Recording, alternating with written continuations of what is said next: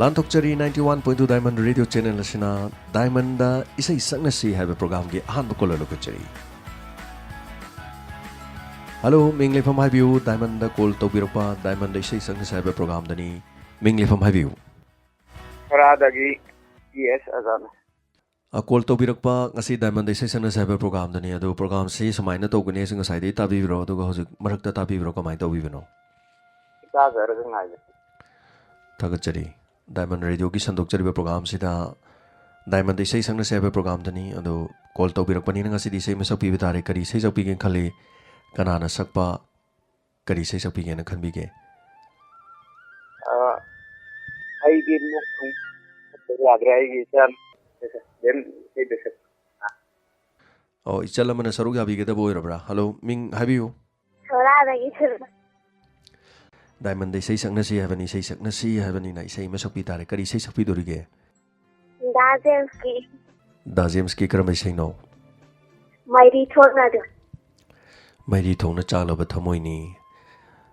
ꯍꯥꯏꯕ ꯏꯁꯩꯁꯤ ꯁꯛꯄꯤꯒꯦꯕꯀꯣ꯫ ꯌꯥꯝ ꯅꯨꯡꯉꯥꯏꯖꯩ꯫ ꯏꯁꯩ ꯃꯇꯦꯛ ꯑꯃ ꯈꯨꯗꯣꯜꯕꯤꯌꯨ, ꯑꯗꯨꯒ ꯏꯁꯩꯁꯤꯃ ꯈꯟꯕꯤꯕ ꯑꯁꯤꯒꯤꯗꯃꯛꯇ ꯊꯥꯒꯠꯆꯔꯤ꯫ ꯏꯁꯩꯁꯨ ꯃꯇꯦꯛ ꯑꯃꯇꯪ ꯉꯪꯕꯤꯌꯨ꯫ ꯃꯩꯔꯤ ꯊꯣꯛꯅ ꯆꯥꯛꯂꯕ ꯄꯨꯟꯁꯤꯁꯦ ꯉꯥꯈꯨꯠ ꯉꯥꯛꯏ꯫ ꯂꯣꯏꯔꯕ꯭ꯔꯣ ꯃꯈꯥꯁꯤꯕꯣ? ꯊꯥꯒꯠꯆꯔꯤ꯫ ꯂꯣꯏꯖꯔꯦ꯫ ꯊꯥꯒꯠꯆꯔꯤ ꯊꯧꯔꯝꯁꯤꯒꯤ ꯏꯍꯥꯟ ꯍꯥꯟꯕꯗ ꯁꯛꯄꯤꯔꯤꯕ, ꯑꯗꯨꯒ ꯏꯁꯩꯁꯤ ꯃꯇꯦꯛ ꯑꯃꯇꯪ ꯊꯥꯖꯒꯦ, ꯃꯌꯥꯝ ꯄꯨꯟꯅ ꯇꯥꯃꯤꯟꯅꯁꯤ꯫ ꯃꯩꯔꯤ ꯊꯣꯛꯅ ꯆꯥꯛꯂꯕ ꯊꯃꯣꯏꯅꯤ ꯉꯥꯈꯨꯠꯃꯛꯅ ꯍꯟꯖꯤꯟꯅ ꯆꯨꯔꯝꯕꯒꯤ ꯃꯨꯊꯠꯄ ꯉꯝꯗꯅ ꯃꯩ ꯋꯥꯏꯔꯛꯂꯤꯉꯩ, ꯃꯨꯊꯠꯄ ꯉꯝꯗꯅ ꯃꯩ ꯋꯥꯏꯔꯛꯂꯤꯉꯩ, ꯅꯪꯅ ꯏꯅꯥꯛꯇ ꯂꯥꯛꯇꯨꯅ, ꯅꯪꯅ ꯏꯅꯥꯛꯇ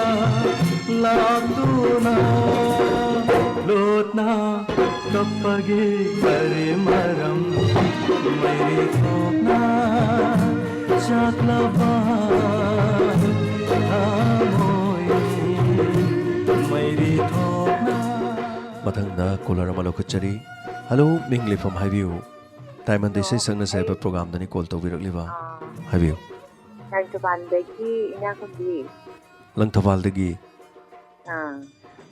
ꯂꯪꯊꯕꯥꯜꯁꯤ ꯀꯔꯝꯕ ꯂꯪꯊꯕꯥꯜꯅꯣ? ꯂꯪꯊꯕꯥꯜ ꯀꯨꯟꯖꯥ꯫ ꯂꯪꯊꯕꯥꯜ ꯀꯨꯟꯖꯥ꯫ ꯗꯥꯏꯃꯟ ꯔꯦꯗꯤꯑꯣꯒꯤ ꯄ꯭ꯔꯣꯒ꯭ꯔꯥꯝꯁꯤꯕꯨ ꯑꯗꯨꯝ ꯇꯥꯕꯤꯕ꯭ꯔꯣ?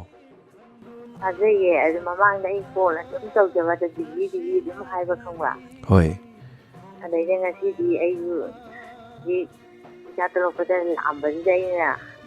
ꯅꯝꯕ ꯌꯦꯡꯀꯥꯟꯗꯗꯤ ꯁꯠ ꯐꯪꯕ ꯑꯍꯥꯟꯕ ꯑꯣꯏꯅ꯫ ꯌꯥꯝ ꯅꯨꯡꯉꯥꯏꯖꯩ꯫ ꯂꯪꯊꯕꯥꯜ ꯀꯨꯟꯖꯒꯤ ꯃꯥꯏꯀꯩꯔꯣꯝꯗ ꯗꯥꯏꯃꯟ ꯔꯦꯗꯤꯑꯣꯁꯤꯕꯨ ꯈꯔ ꯇꯥꯟꯅꯕꯒꯤ, ꯋꯥꯔꯤꯒ ꯁꯥꯟꯅꯕ ꯈꯣꯠꯄ ꯑꯩꯈꯣꯏꯅ ꯇꯧꯖꯔꯤꯁꯦ ꯃꯇꯤꯛ ꯆꯥꯗ꯭ꯔꯁꯨ ꯃꯤꯌꯥꯝꯅꯒ ꯋꯥꯔꯤ ꯁꯥꯟꯅꯕꯒꯤ ꯃꯑꯣꯡꯒ ꯍꯥꯏꯅꯕꯤꯕ꯭ꯔꯣ? ꯀꯃꯥꯏꯅ ꯇꯧꯒꯦ? ꯏꯃꯨꯡ ꯑꯩꯈꯣꯏꯒꯤ ꯇꯥꯕꯤꯔꯤꯕ ꯁꯤꯈꯛ ꯑꯣꯏꯖꯥꯠꯂꯣ? ꯑꯇꯣꯞꯄ ꯇꯥꯕꯤꯗꯕ ꯖꯥꯠꯂꯥ? ꯑꯇꯣꯞꯄꯁꯦ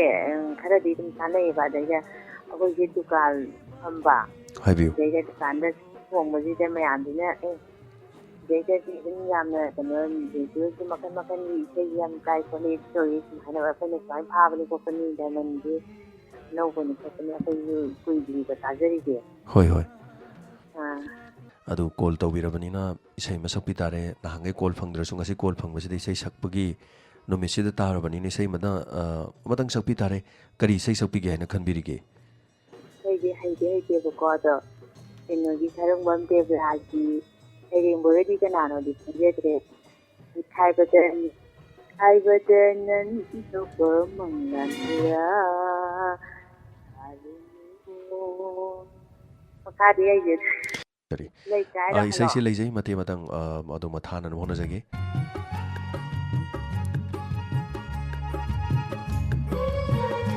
ꯃꯇꯦꯛ ꯑꯃꯇꯪ ꯏꯁꯩꯁꯤ ꯊꯥꯖꯔꯤ꯫ ꯊꯥꯒꯠꯆꯔꯤ ꯀꯣꯜ ꯇꯧꯕꯤꯔꯛꯄ꯫ ꯏꯁꯩꯁꯤ ꯑꯩꯈꯣꯏꯅ ꯂꯩꯇ꯭ꯔꯦꯅ ꯈꯜꯂꯨꯕꯅꯤ, ꯑꯗꯨꯕꯨ ꯂꯩꯔꯝꯃꯦ꯫ ꯏꯁꯩꯁꯤꯃ ꯊꯥꯖꯒꯦ, ꯇꯥꯃꯤꯟꯅꯁꯤ꯫ ꯅꯤꯡꯈꯥꯏꯕꯗ ꯅꯟꯗꯧꯕ ꯃꯪꯂꯥꯟꯗꯨꯔꯥ ꯁꯥꯔꯨꯅꯨ ꯁꯥꯔꯨꯅꯨ, ꯅꯤꯡꯈꯥꯏꯕꯗ ꯅꯟꯗꯧꯕ ꯃꯪꯂꯥꯟꯗꯨꯔꯥ ꯁꯥꯔꯨꯅꯨ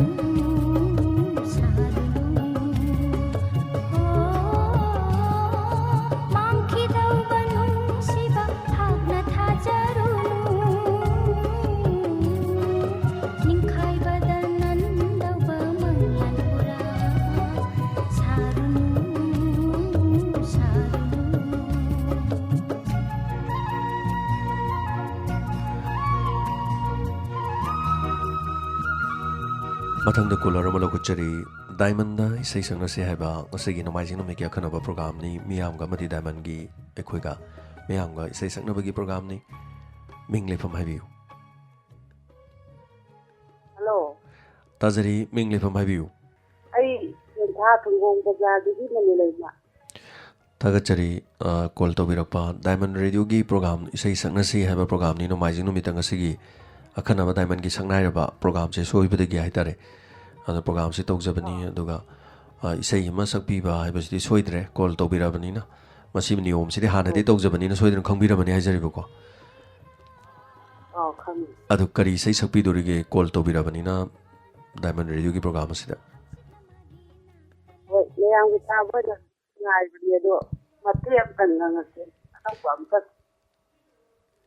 ꯌꯥꯅꯤ ꯌꯥꯅꯤ ꯉꯪꯕꯤꯔꯛꯑꯣ ꯃꯌꯥꯝ ꯄꯨꯟꯅ ꯇꯥꯃꯤꯟꯅꯁꯤ ꯍꯩꯇꯦꯗ ꯁꯨꯝ ꯄꯥꯝꯕꯒꯤ ꯍꯩꯇꯁꯅꯨ ꯉꯁꯤꯒꯤꯗꯤ ꯍꯩꯇꯕ ꯉꯥꯛꯇꯅꯤ ꯑꯩꯈꯣꯏ ꯇꯥꯃꯤꯟꯅꯗꯣꯏꯁꯦ ꯂꯣꯏꯅꯃꯛ ꯑꯩꯈꯣꯏ ꯃꯁꯦꯟ ꯍꯩꯇꯕ ꯉꯥꯛꯇ ꯁꯛꯃꯤꯟꯅꯗꯣꯏꯅꯤ ꯑꯗꯨꯒ ꯃꯁꯤꯅ ꯄꯨꯟꯁꯤ ꯁꯥꯡꯇꯣꯛꯀꯗꯣꯏꯅꯤ ꯑꯁꯦꯡꯕ ꯑꯋꯥꯕ ꯃꯌꯥꯝꯗꯣ ꯂꯣꯏꯅ ꯅꯥꯊꯩꯔꯝꯃꯒ ꯃꯤꯀꯨꯞ ꯑꯃꯇꯪ ꯑꯩꯈꯣꯏꯅ ꯃꯁꯦ ꯅꯣꯛꯃꯤꯟꯅꯅꯕꯒꯤ ꯇꯥꯟꯖꯥ ꯑꯗꯨꯒ ꯏꯁꯩꯗꯨ ꯍꯧꯕꯤꯔꯣ ꯃꯌꯥꯝ ꯄꯨꯟꯅ ꯇꯥꯃꯤꯟꯅꯁꯤ ꯍꯣꯏ ꯍꯣꯏ ꯏꯔꯩ ꯐꯤꯂꯝꯒꯤ ꯄꯥꯔꯥꯅꯤꯅ ꯁꯛꯄ ꯃꯇꯦꯛ ꯅꯣꯡꯃꯗꯤ ꯐꯥꯖꯧ ꯊꯃꯣꯏꯒꯤ ꯆꯦꯂꯪꯀꯥ ꯂꯪꯆꯥꯛꯇꯒꯤ ꯏꯍꯧꯗꯅ ꯊꯥꯔꯕꯅꯤ ꯅꯣꯡꯃꯗꯤ ꯐꯥꯖꯧ ꯁꯥꯏꯗ ꯂꯣꯏꯁꯤꯜꯂꯒꯦ ꯌꯥꯝ ꯅꯨꯡꯉꯥꯏꯖꯩ ꯑꯗꯣ ꯀꯩꯅꯣꯝꯇ ꯍꯪꯖꯧꯒꯦ ꯑꯩꯈꯣꯏ ꯏꯁꯥꯒꯤ ꯆꯍꯤꯁꯦ ꯀꯌꯥꯃꯨꯛ ꯁꯨꯕꯤꯔꯒꯦ ꯑꯩ ꯆꯍꯤ ꯍꯨꯝꯐꯨꯃꯨꯛ ꯁꯨꯔꯦ ꯑꯗꯨ ꯌꯥꯝꯅ ꯆꯍꯤ ꯍꯨꯝꯐꯨꯃꯨꯛ ꯁꯨꯕꯁꯦ ꯁꯤꯅ ꯑꯅꯧꯕ ꯅꯍꯥꯒꯤ ꯏꯁꯩ ꯑꯃ ꯁꯛꯄꯤꯕꯁꯦ ꯌꯥꯝ ꯅꯨꯡꯉꯥꯏꯖꯈ꯭ꯔꯦ ꯑꯣꯟꯊꯣꯛꯅ ꯐꯖꯈ꯭ꯔꯦ ꯑꯗꯣ ꯏꯁꯩꯁꯦ ꯃꯇꯦꯛ ꯑꯃꯇꯪ ꯊꯥꯖꯔꯛꯀꯦ ꯉꯁꯤꯗꯤ ꯁꯛꯄꯤꯔꯤꯕꯁꯤꯅ ꯆꯍꯤꯒꯤ ꯋꯥ ꯂꯩꯇꯦ ꯑꯗꯨꯒ ꯂꯩꯈꯤꯗ꯭ꯔꯕ ꯑꯩꯒꯤ ꯏꯃꯥ ꯍꯥꯏꯇꯥꯔꯦ ꯏꯃꯥꯁꯨ ꯑꯩꯒꯤ ꯏꯃꯥꯁꯨ ꯆꯍꯤ 59 ꯂꯩꯈꯤꯗꯦ ꯑꯗꯨꯒ ꯏꯁꯩꯁꯦ ꯑꯅꯧ ꯑꯅꯧꯕ ꯌꯥꯝ ꯁꯛꯑꯦ ꯑꯗꯨꯒ ꯃꯤꯅ ꯍꯥꯏ ꯑꯗꯣ ꯆꯍꯤ ꯃꯇꯥꯡꯒ ꯆꯥꯟꯅꯗꯦꯅ ꯑꯗꯨ ꯌꯥꯝꯅ ꯉꯁꯤ ꯏꯃꯥꯕꯨ ꯅꯤꯡꯁꯤꯡꯍꯜꯂꯤ ꯊꯥꯒꯠꯆꯔꯤ ꯏꯁꯩꯁꯤꯃ ꯊꯥꯖꯔꯛꯀꯦ ꯃꯌꯥꯝ ꯄꯨꯟꯅ ꯇꯥꯃꯤꯟꯅꯁꯤ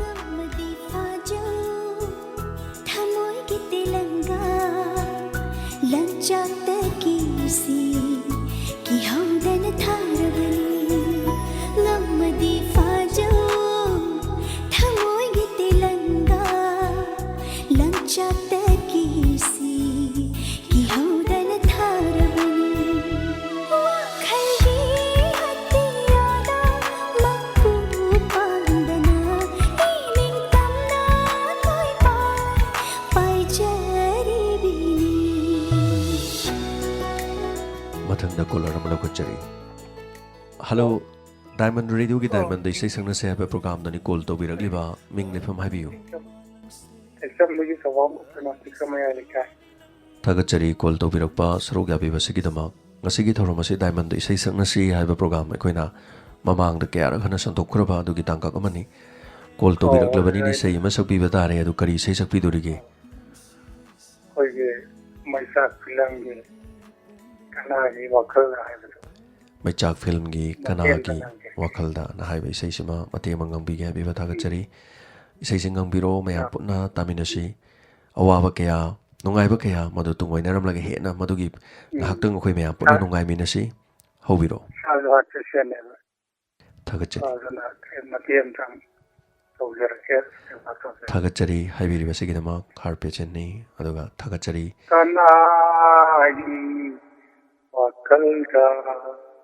ꯀꯔꯤꯒꯤ ꯈꯜꯗꯨꯅ ꯀꯔꯤꯒꯤ ꯄꯥꯝꯃꯨꯈꯤ ꯑꯩꯅ ꯅꯤꯡꯕ ꯑꯩꯒꯤ ꯂꯣꯏꯁꯜꯂꯦ ꯊꯥꯒꯠꯆꯔꯤ ꯍꯥꯏꯅꯤꯡꯉꯥꯏ ꯂꯩꯇꯅ ꯑꯗꯨꯒ ꯏꯁꯩꯁꯤꯒꯤ ꯃꯇꯨꯡꯗꯒꯤ ꯏꯁꯥꯗ ꯂꯩꯔꯝꯕ ꯑꯅꯥꯕ ꯄꯨꯝꯅꯃꯛ ꯐꯕ ꯑꯣꯏꯔꯁꯅꯨ ꯗꯥꯏꯃꯟ ꯔꯦꯗꯤꯑꯣꯗꯒꯤ ꯏꯁꯣꯔꯒꯤ ꯃꯐꯝꯗ ꯊꯧꯅꯤꯖꯔꯤ ꯁꯔꯨꯛ ꯌꯥꯕꯤꯔꯤꯕꯁꯤꯒꯤꯗꯃꯛ ꯊꯥꯒꯠꯆꯔꯤ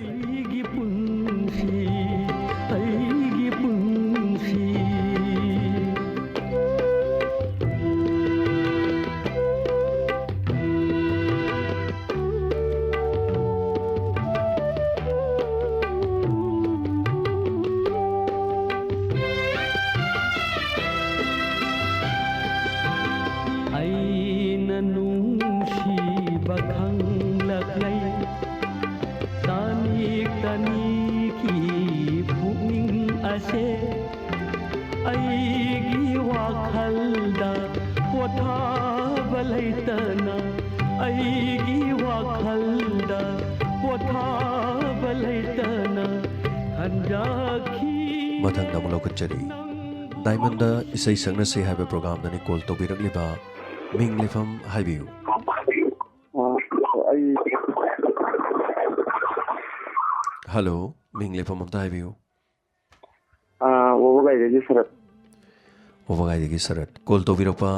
ꯗꯥꯏꯃꯟꯗ ꯏꯁꯩ ꯁꯛꯅꯁꯦ ꯍꯥꯏꯕ ꯄ꯭ꯔꯣꯒ꯭ꯔꯥꯝꯗ ꯁꯔꯨꯛ ꯌꯥꯕꯤꯔꯕꯅꯤꯅ ꯏꯁꯩ ꯑꯃꯇꯪ ꯈꯨꯗꯣꯜꯕꯤ ꯇꯥꯔꯦ ꯀꯔꯤ ꯏꯁꯩ ꯁꯛꯄꯤꯗꯣꯔꯤꯒꯦ ꯅꯪꯅ ꯃꯃꯥ ꯍꯥꯏꯕꯤꯌꯣ ꯂꯧꯒꯤ ꯁꯗꯥꯟꯗꯅ ꯁꯛꯄ ꯂꯩꯈꯣꯡꯅ ꯑꯩꯅ ꯁꯣꯝꯂꯒ ꯇꯧꯕ ꯆꯠꯂꯒ ꯂꯩꯈꯣꯡꯅ ꯑꯩꯅ ꯁꯣꯝꯂꯒ ꯅꯥꯆꯣꯝꯅ ꯃꯤꯅ ꯆꯤꯟꯈ꯭ꯔꯦ ꯅꯪꯅ ꯃꯃꯥ ꯑꯣꯏꯕꯤꯌꯨ ꯍꯥꯏꯕ ꯐꯤꯜꯝꯁꯤꯒꯤ ꯑꯩꯅ ꯍꯣꯏ ꯍꯧꯕꯤꯔꯣ ꯂꯩꯈꯣꯡꯅ ꯑꯩꯅ ꯁꯣꯝꯂꯒ ꯅꯥꯆꯣꯝꯅ ꯃꯤꯅ ꯆꯤꯟꯈ꯭ꯔꯦ ꯅꯍꯥꯛꯄꯨ ꯁꯪꯖꯕ ꯑꯩꯍꯥꯛꯀꯤ ꯒꯣꯂꯥꯞꯀꯤ ꯇꯤꯡꯈꯪ ꯑꯣꯏꯍꯧꯔꯦ ꯑꯗꯨꯝ ꯂꯣꯏꯁꯟꯖꯔꯒꯦ ꯊꯥꯒꯠꯆꯔꯤ ꯌꯥꯝꯅ ꯊꯃꯣꯏ ꯁꯦꯡꯅ ꯁꯛꯄꯤꯔꯤꯕꯁꯤꯒꯤꯗꯃꯛ ꯏꯁꯩꯁꯤ ꯃꯇꯦꯡ ꯃꯇꯪ ꯊꯥꯖꯔꯛꯀꯦ ꯂꯩꯈꯣꯡꯅ ꯑꯩꯅ ꯁꯣꯝꯂꯒ ꯅꯥꯆꯣꯝꯅ ꯃꯤꯅ ꯁꯦꯝꯈꯔꯦ ꯂꯩꯈꯣꯡꯅ ꯑꯩꯅ ꯁꯣꯝꯂꯒ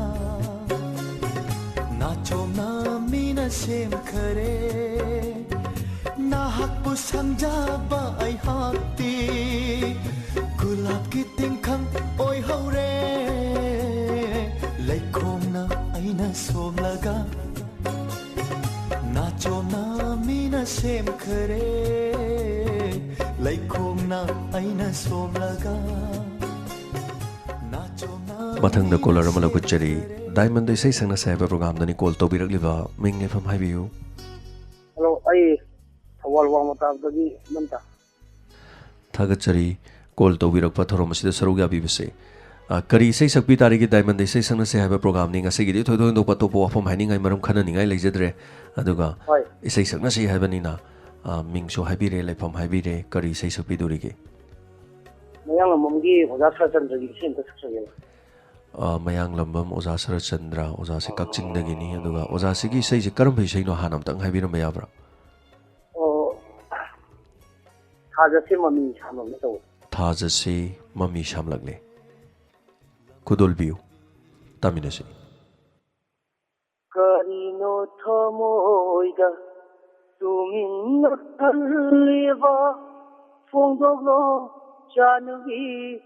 ꯄꯨꯡꯒꯤ ꯑꯄꯥꯝꯕ ꯊꯥꯖꯁꯦ ꯃꯃꯤ ꯁꯥꯝꯂꯛꯂꯦ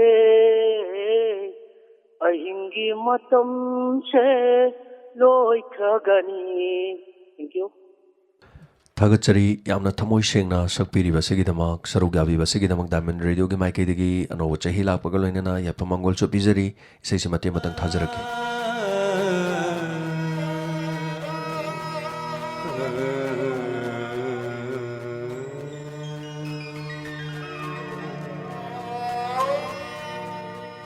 ꯀꯔꯤꯅꯣ ꯊꯃꯣꯏꯗ ꯇꯨꯃꯤꯟꯅ ꯈꯜꯂꯤꯕ ꯀꯔꯤꯅꯣ ꯊꯃꯣꯏꯗ ꯇꯨꯃꯤꯟꯅ ꯈꯜꯂꯤꯕ ꯐꯣꯡꯗꯣꯛꯂꯣ ꯆꯥꯅꯕꯤ ꯄꯨꯛꯅꯤꯡꯒꯤ ꯑꯄꯥꯝꯕ ꯐꯣꯡꯗꯣꯛꯂꯣ ꯆꯥꯅꯕꯤ ꯄꯨꯛꯅꯤꯡꯒꯤ ꯑꯄꯥꯝꯕ ꯊꯥꯖꯁꯦ ꯃꯃꯤ ꯑꯍꯤꯡꯒꯤ ꯃꯇꯝꯁꯦ ꯂꯣꯏꯈ꯭ꯔꯒꯅꯤ ꯊꯥꯖꯁꯦ ꯃꯃꯤ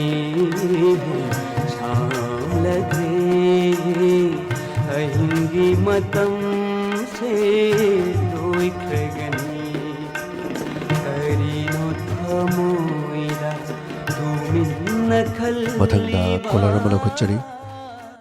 ꯍꯜꯂꯣ ꯗꯥꯏꯃꯟ ꯔꯦꯗꯤꯑꯣꯒꯤ ꯏꯁꯩ ꯁꯛꯅꯁꯦ ꯍꯥꯏꯕ ꯄ꯭ꯔꯣꯒ꯭ꯔꯥꯝꯗꯅꯤ ꯀꯣꯜ ꯇꯧꯕꯤꯔꯛꯂꯤꯕ ꯃꯤꯡ ꯂꯩꯐꯝ ꯍꯥꯏꯕꯤꯌꯨ ꯂꯐꯨꯄꯥꯠ ꯇꯦꯔꯥꯗꯒꯤ ꯆꯟꯖꯟ ꯊꯥꯒꯠꯆꯔꯤ ꯀꯣꯜ ꯇꯧꯕꯤꯔꯛꯄ ꯁꯔꯨꯛ ꯌꯥꯕꯤꯕ ꯉꯁꯤꯁꯦ ꯗꯥꯏꯃꯟꯒꯤ ꯁꯛꯅꯥꯏꯔꯕ ꯍꯥꯏꯕ ꯊꯧꯔꯝꯁꯤꯗ ꯃꯤꯑꯣꯏ ꯁꯛꯅꯥꯏꯕ ꯑꯃ ꯎꯅꯖꯒꯗꯕꯅꯤ ꯍꯥꯏꯅꯈꯤꯕ ꯁꯣꯏꯔꯛꯄꯅ ꯃꯔꯝ ꯑꯣꯏꯔꯒ ꯊꯧꯔꯝꯗꯤ ꯑꯩꯈꯣꯏꯅ ꯃꯦꯟꯈꯠꯆꯗꯕ ꯌꯥꯗꯕꯅꯤꯅ ꯗꯥꯏꯃꯟꯗ ꯏꯁꯩ ꯁꯛꯅꯁꯦ ꯍꯥꯏꯕ ꯄ꯭ꯔꯣꯒ꯭ꯔꯥꯝꯁꯤ ꯃꯔꯛ ꯃꯔꯛꯇ ꯑꯩꯈꯣꯏꯅ ꯁꯨꯃꯥꯏꯅ ꯁꯔꯛꯁꯤꯕ ꯀꯥꯟꯗ ꯇꯧꯖꯕꯅꯤ ꯑꯃꯗꯤ ꯀꯨꯝꯍꯩ ꯍꯔꯥꯎꯒꯤ ꯃꯇꯝꯗ ꯇꯧꯖꯩ ꯃꯌꯥꯝꯅ ꯍꯦꯟꯅ ꯈꯪꯕꯤꯔꯕꯅꯤ ꯀꯣꯜ ꯇꯧꯕꯤꯔꯛꯂꯕꯅꯤ ꯑꯗꯣ ꯊꯧꯔꯝꯁꯤꯗ ꯀꯔꯤ ꯏꯁꯩ ꯁꯛꯄꯤꯒꯦꯅ ꯂꯦꯞꯄꯤꯔꯤꯒꯦ ꯉꯁꯤꯁꯦ? ꯏꯁꯩ ꯁꯛꯄꯗꯨꯗꯤ ꯈꯪꯗ꯭ꯔꯦ. ꯏꯃꯥꯒꯤ ꯏꯕꯨꯡꯉꯣ ꯊꯋꯥꯏꯒꯤ ꯃꯔꯤ ꯇꯧꯕꯗꯣ ꯁꯛꯆꯒꯦ. ꯊꯥꯒꯠꯆꯔꯤ. ꯏꯁꯩꯁꯤꯃ ꯁꯛꯄꯤꯌꯨ. ꯑꯩꯈꯣꯏꯅ ꯏꯁꯩꯁꯦ ꯃꯈꯥ ꯁꯝꯖꯕ ꯌꯥꯕ꯭ꯔꯥ ꯌꯦꯡꯖꯒꯦ. ꯆꯟꯖꯥꯟ ꯏꯁꯩ ꯍꯧꯕꯤꯔꯣ. 이마기ꯊꯋꯥꯏꯒꯤ ꯃꯔꯤ ꯅꯣꯏꯗ ꯏꯔꯦꯗ ꯂꯥꯛꯆꯕꯒꯤꯅ ꯈꯪꯅꯨꯡꯁꯥꯗ ꯂꯩꯕꯥꯛꯇ ꯁꯥꯟꯅꯕ ꯆꯠꯈꯤꯕ ꯋꯥꯔꯤꯅꯤ. 나그라 아진타 나그라 아진타 곰라밀라게 라로 곰라밀라게 라로 마기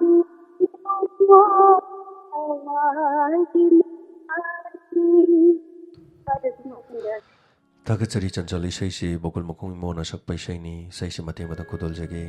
ꯃꯌꯥꯝ ꯄꯨꯟꯅ ꯇꯥꯃꯤꯟꯅꯁꯤ. Tamjan kori senbka Khamnung shawa tan khabar Kori masabu mungpham da Imagi ibungu thawai mani loidam pire da laktabuyunda khamshana leipakta chanab zakhiba warani imagi phaira tajin imagi phaira tajin khumlang lagi lago khumlang lagi lago imagi bu thawai gi mani. ꯃꯊꯪꯗ colour ꯑꯃ ꯂꯧꯈꯠꯆꯔꯤ. Diamond ꯔꯦꯗꯤꯑꯣꯒꯤ ꯄ꯭ꯔꯣꯒ꯭ꯔꯥꯝꯅꯤ. Diamond ꯏꯁꯩ ꯁꯛꯅꯁꯤ ꯍꯥꯏꯕ ꯄ꯭ꯔꯣꯒ꯭ꯔꯥꯝꯗ ꯁꯔꯨꯛ ꯌꯥꯕꯤꯔꯤꯕ ꯃꯤꯡ ꯂꯩꯐꯝ ꯍꯥꯏꯕꯤꯌꯨ. ꯑꯩ ꯊꯧꯕꯥꯜ ꯆꯤꯡꯂꯣꯝꯗꯒꯤ ꯁꯨꯅꯤꯇꯥ. ꯊꯧꯕꯥꯜ ꯈꯦꯝꯒꯟꯗꯒꯤ. ꯌꯥꯝ ꯅꯨꯡꯉꯥꯏꯖꯔꯦ ꯀꯣꯜ ꯇꯧꯕꯤꯔꯛꯄꯁꯤꯒꯤꯗꯃꯛ. ꯑꯗꯣ ꯉꯁꯤꯒꯤ ꯄ꯭ꯔꯣꯒ꯭ꯔꯥꯝꯁꯤ ꯗꯥꯏꯃꯟꯗ ꯏꯁꯩ ꯁꯛꯅꯁꯤ ꯍꯥꯏꯕ ꯄ꯭ꯔꯣꯒ꯭ꯔꯥꯝꯅꯤ. ꯑꯗꯨꯅ ꯀꯣꯜ ꯇꯧꯕꯤꯔꯛꯑꯗꯤ ꯏꯁꯩ ꯑꯃ ꯁꯛꯄꯁꯤ ꯁꯣꯏꯗ꯭ꯔꯦ. ꯑꯗꯨ ꯀꯔꯤ ꯏꯁꯩ ꯁꯛꯄꯤꯗꯣꯔꯤꯒꯦ? ꯔꯟꯕꯤꯒꯤ ꯏꯁꯩ ꯑꯗꯨꯝ ꯁꯛꯂꯛꯑꯅꯤ. ꯔꯟꯕꯤꯔꯒꯤ ꯏꯁꯩꯁꯤ ꯀꯔꯤ ꯏꯁꯩꯅꯣ ꯁꯛꯇ꯭ꯔꯤꯉꯩꯗ ꯑꯝꯇꯪ ꯍꯥꯏꯕꯤꯔꯝꯕ ꯌꯥꯕ꯭ꯔꯥ? ꯂꯩꯔꯝꯃꯤ ꯑꯩꯒꯤꯁꯨ ꯇꯧꯕ. ꯂꯩꯔꯝꯃꯤ ꯑꯩꯒꯤꯁꯨ ꯍꯥꯏꯕ ꯏꯁꯩꯁꯤ ꯌꯥꯝꯅ ꯐꯖꯕ ꯏꯁꯩꯅꯤ. ꯔꯟꯕꯤꯔ ꯊꯧꯅꯥꯒꯤ. ꯑꯗꯣ ꯏꯁꯩꯁꯤꯃ ꯍꯧꯕꯤꯔꯣ. ꯃꯌꯥꯝ ꯄꯨꯟꯅ ꯇꯥꯃꯤꯟꯅꯁꯤ. ꯑꯩꯒꯤꯁꯨ ꯃꯇꯝ ꯑꯃꯗ ꯊꯋꯥꯏꯗꯒꯤꯁꯨ ꯍꯦꯜꯂꯕꯤ ꯑꯃ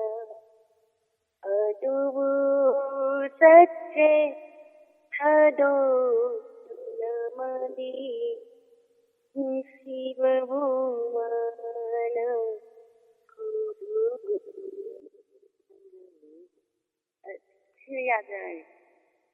ꯊꯥꯒꯠꯆꯔꯤ. ꯌꯥꯝꯅ ꯅꯨꯡꯉꯥꯏꯖꯩ ꯏꯁꯩꯁꯤꯃ ꯁꯛꯄꯤꯕꯁꯤꯒꯤꯗꯃꯛ. ꯏꯁꯩꯁꯤ ꯃꯇꯦꯛ ꯑꯃ ꯊꯥꯖꯔꯛꯀꯦ.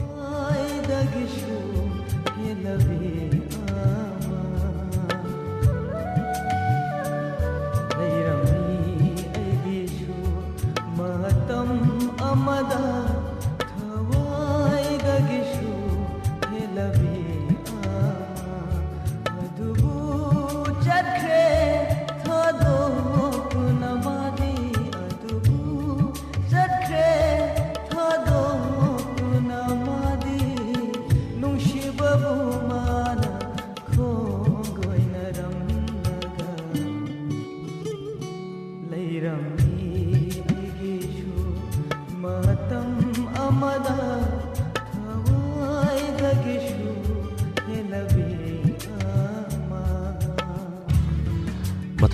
ꯀꯣꯂꯔ ꯑꯃ ꯂꯧꯈꯠꯆꯔꯤ ꯗꯥꯏꯃꯟ ꯔꯦꯗꯤꯑꯣꯒꯤ ꯄ꯭ꯔꯣꯒ꯭ꯔꯥꯝꯅꯤ ꯗꯥꯏꯃꯟꯗ ꯏꯁꯩ ꯁꯛꯅꯁꯦ ꯍꯥꯏꯕ ꯄ꯭ꯔꯣꯒ꯭ꯔꯥꯝꯗ ꯁꯔꯨꯛ ꯌꯥꯕꯤꯔꯤꯕ ꯃꯤꯡ ꯂꯩꯐꯝ ꯍꯥꯏꯕꯤꯌꯨ Good evening, sir. Sir, I don't sit in item set on getting it. ꯊꯥꯒꯠꯆꯔꯤ ꯁꯥꯔ ꯖꯦꯗꯦꯟ ꯊꯧꯔꯝ ꯑꯁꯤꯗ ꯁꯔꯨꯛ ꯌꯥꯕꯤꯕꯁꯤꯒꯤꯗꯃꯛꯇ ꯗꯥꯏꯃꯟꯗ ꯏꯁꯩ ꯁꯛꯅꯁꯦ ꯍꯥꯏꯕ ꯄ꯭ꯔꯣꯒ꯭ꯔꯥꯝꯅꯤꯅ ꯉꯁꯤꯒꯤꯗꯤ ꯑꯇꯣꯞꯄ ꯋꯥꯐꯝ ꯑꯃꯗ ꯈꯟꯅꯅꯤꯡꯉꯥꯏ ꯂꯩꯇ꯭ꯔꯦ ꯑꯗꯨꯅ ꯏꯁꯩ ꯁꯛꯄ ꯍꯥꯏꯕꯁꯤꯅꯤ ꯉꯁꯤꯒꯤꯗꯤ ꯑꯗꯨꯅ ꯀꯔꯤ ꯏꯁꯩ ꯁꯛꯄꯤꯗꯣꯔꯤꯒꯦ Sir, Hamomnabagi, Nairamgi, I Nangu Mapulang, Lol, Amada, Nato, the Natin, and Veriga. ꯌꯥꯝ ꯅꯨꯡꯉꯥꯏꯖꯩ ꯁꯥꯔ ꯖꯦꯗꯦꯟ ꯌꯥꯝ ꯐꯖꯕ ꯏꯁꯩꯅꯤ ꯉꯥꯏꯔꯝꯒꯤ ꯃꯄꯣꯛ ꯂꯥꯡꯂꯣꯟ ꯑꯃꯗ ꯈꯨꯗꯣꯜꯕꯤꯌꯨ Thank you.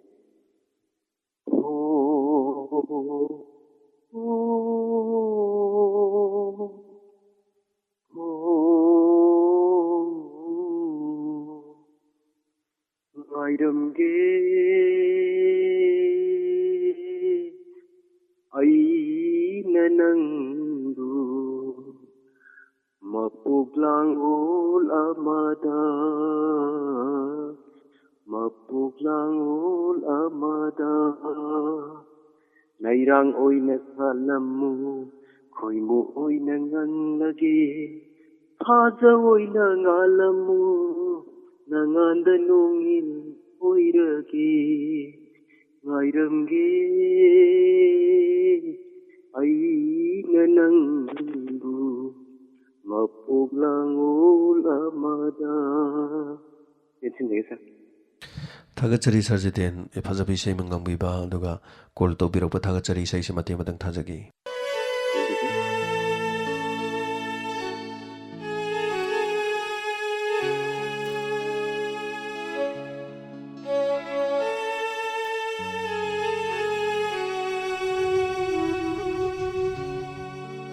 Nairamgi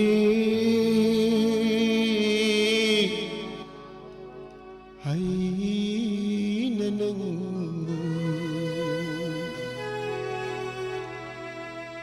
Mapuglang ul amada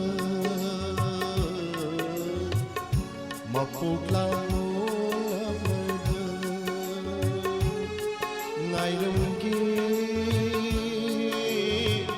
Hai Mapuglang ul amada Mapuglang ul amada Nairang oy na shatlamu Koy mo oy na nanglagi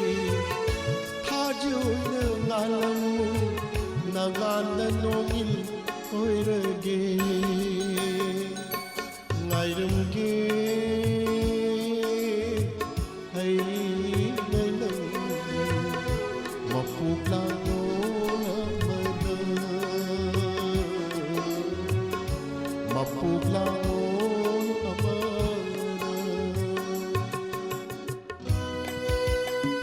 ꯃꯊꯪꯗ colour ꯑꯃ ꯂꯧꯈꯠꯆꯔꯤ hello diamond ꯔꯦꯗꯤꯑꯣꯒꯤ ꯏꯁꯩ ꯁꯛꯅꯁꯦ ꯍꯥꯏꯕ ꯄ꯭ꯔꯣꯒ꯭ꯔꯥꯝꯅꯤ ꯃꯤꯡ ꯂꯩꯐꯝ ꯍꯥꯏꯕꯤꯌꯨ ꯗꯥꯗꯥ ꯇꯧꯖꯔꯛꯏꯕ ꯑꯩ ꯇꯦꯊꯥꯗꯨ ꯀꯩꯅꯣꯗꯒꯤ ꯊꯧꯕꯥꯜ ꯖꯤꯂꯥꯗꯒꯤ ꯅꯥꯎꯕꯤꯅꯦꯕ ꯊꯥꯒꯠꯆꯔꯤ ꯅꯥꯎꯕꯤ ꯀꯣꯜ ꯇꯧꯕꯤꯔꯛꯄ ꯊꯧꯔꯝꯁꯤꯗ ꯁꯔꯨꯛ ꯌꯥꯕꯤꯔꯤꯕꯁꯤ ꯗꯥꯏꯃꯟ ꯔꯦꯗꯤꯑꯣꯒꯤ ꯃꯥꯏꯀꯩꯗꯒꯤ ꯊꯥꯒꯠꯆꯔꯤ ꯑꯗꯨꯒ ꯗꯥꯏꯃꯟꯗ ꯏꯁꯩ ꯁꯛꯅꯁꯦ ꯍꯥꯏꯕ ꯄ꯭ꯔꯣꯒ꯭ꯔꯥꯝꯅꯤ ꯉꯁꯤꯒꯤ ꯄ꯭ꯔꯣꯒ꯭ꯔꯥꯝꯁꯤ ꯀꯔꯤ ꯏꯁꯩ ꯁꯛꯄꯤꯒꯦꯅ ꯈꯟꯕꯤꯔꯤꯒꯦ ꯄꯨꯁꯄꯥꯔꯥꯅꯤꯒꯤ ꯂꯩꯅꯝꯗꯤ ꯎꯈꯤꯅꯨ ꯇꯧꯕꯗꯣ ꯄꯨꯁꯄꯥꯔꯥꯅꯤꯒꯤ ꯂꯩꯅꯝꯗꯤ ꯍꯨꯈꯤꯅꯨ ꯌꯥꯝ ꯐꯖꯕ ꯏꯁꯩꯅꯤ ꯏꯁꯩꯁꯤꯃ ꯈꯨꯗꯣꯜꯕꯤꯌꯨ ꯃꯌꯥꯝ ꯄꯨꯟꯅ ꯇꯥꯃꯤꯟꯅꯁꯤ ꯗꯥꯗꯥ ꯆꯥꯛꯆꯔꯛꯑꯒꯦꯀꯣ ꯍꯧꯕꯤꯔꯣ ꯂꯩꯅꯝꯗꯤ ꯎꯈꯤꯅꯨ ꯃꯥꯏꯊꯣꯡꯗ ꯉꯥꯎꯖꯍꯧ ꯊꯃꯣꯏꯗꯤ ꯎꯈꯤꯅꯨ ꯃꯤꯅꯣꯛꯇ ꯆꯥꯛꯆꯍꯧ ꯅꯨꯡꯁꯤꯕꯁꯨ ꯍꯩꯇꯕꯗ ꯑꯄꯥꯝꯕꯁꯨ ꯈꯪꯖꯗꯔꯤ ꯀꯤꯖꯕ ꯂꯧꯖꯕꯁꯤꯅ ꯂꯩꯔꯥꯡꯒꯤ ꯄꯨꯟꯁꯤ ꯀꯤꯖꯕ ꯂꯧꯖꯕꯁꯤꯅ ꯂꯩꯔꯥꯡꯒꯤ ꯄꯨꯟꯁꯤ ꯈꯤꯔꯣꯏ ꯊꯃꯣꯏꯁꯤꯗ ꯗꯥꯗꯥ ꯂꯣꯏꯁꯜꯂꯒꯦ ꯊꯥꯒꯠꯆꯔꯤ ꯊꯧꯔꯝ ꯑꯁꯤꯗ ꯁꯔꯨꯛ ꯌꯥꯕꯤꯔꯤꯕꯀꯣ ꯑꯁꯤꯒꯤꯗꯃꯛꯇ ꯏꯁꯩꯁꯤ ꯃꯇꯦꯡ ꯑꯃꯇꯪ ꯊꯥꯖꯒꯦ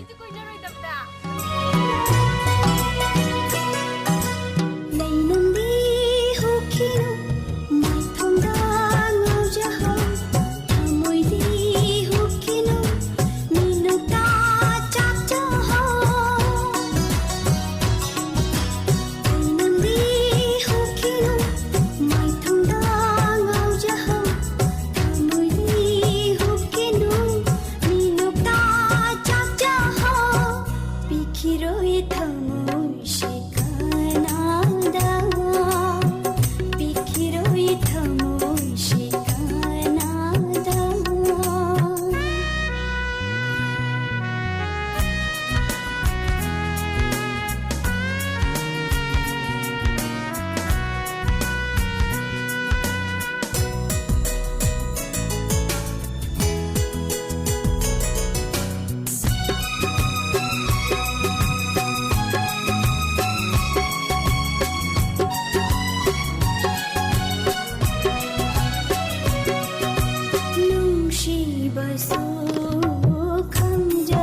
ꯃꯊꯪꯗ ꯀꯣꯂꯔ ꯑꯃ ꯂꯧꯈꯠꯆꯔꯤ ꯍꯜꯂꯣ ꯗꯥꯏꯃꯟ ꯔꯦꯗꯤꯑꯣꯗ ꯏꯁꯩ ꯁꯛꯅ ꯁꯥꯏꯕ ꯄ꯭ꯔꯣꯒ꯭ꯔꯥꯝꯗ ꯀꯣꯜ ꯇꯧꯕꯤꯔꯛꯄ ꯃꯤꯡ ꯂꯩꯐꯝ ꯍꯥꯏꯕꯤꯌꯨ ꯊꯥꯡꯃꯩꯕꯟ ꯁꯤꯅꯥꯝ ꯂꯩꯀꯥꯏꯗꯒꯤ ꯁꯤꯅꯥꯝ ꯅꯥꯎꯜꯀꯦꯁꯣ ꯊꯥꯡꯃꯩꯕꯟ ꯁꯤꯅꯥꯝ ꯂꯩꯀꯥꯏꯗꯒꯤ ꯊꯥꯒꯠꯆꯔꯤ ꯊꯥꯡꯃꯩꯕꯟ ꯁꯤꯅꯥꯝ ꯂꯩꯀꯥꯏꯗ ꯗꯥꯏꯃꯟ ꯔꯦꯗꯤꯑꯣꯒꯤ ꯁꯤꯒꯅꯦꯜꯁꯤ ꯐꯪꯕꯤꯕ꯭ꯔꯣ ꯑꯩ ꯕꯦꯁꯃꯦꯟ ꯗꯤꯄꯥꯔꯠꯃꯦꯟꯗ ꯊꯕꯛ ꯇꯧꯖꯩ ꯃꯐꯝꯁꯤꯗ ꯑꯩꯈꯣꯏꯒꯤ ꯍꯧꯖꯤꯛ ꯍꯧꯖꯤꯛꯁꯦ ꯗꯥꯏꯃꯟ ꯔꯦꯗꯤꯑꯣꯒꯤ ꯁꯤꯒꯅꯦꯜ ꯇꯥꯕꯤꯕ꯭ꯔꯥ ꯀꯔꯥꯏꯋꯥꯏꯗ ꯇꯥꯕꯤꯒꯦ ꯑꯩ ꯍꯧꯖꯤꯛꯁꯦ ꯑꯩꯈꯣꯏꯒꯤ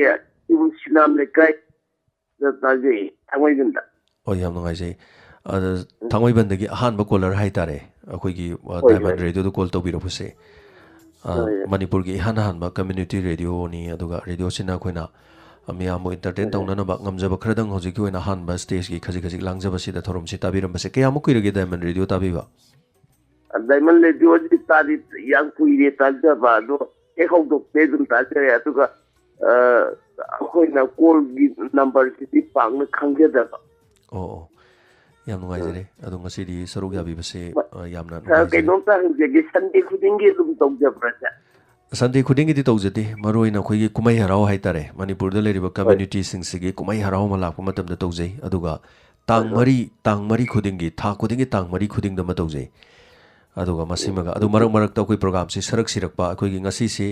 ꯁꯛꯅꯥꯏꯔꯕ ꯑꯩꯈꯣꯏꯒꯤ ꯃꯅꯤꯄꯨꯔꯒꯤ ꯁꯛꯅꯥꯏꯔꯕ ꯃꯤꯌꯥꯝꯅ ꯈꯪꯕꯤꯔꯕ ꯁꯦꯂꯦꯕ꯭रिꯇꯤ ꯑꯃ ꯎꯅꯅꯕꯒꯤ ꯄ꯭ꯔꯣꯒ꯭ꯔꯥꯝ ꯂꯩꯖꯕꯅꯤ ꯑꯗꯨꯒ ꯄ꯭ꯔꯣꯒ꯭ꯔꯥꯝꯁꯤ ꯁꯣꯏꯔꯛꯄ ꯍꯥꯏꯇꯥꯔꯦ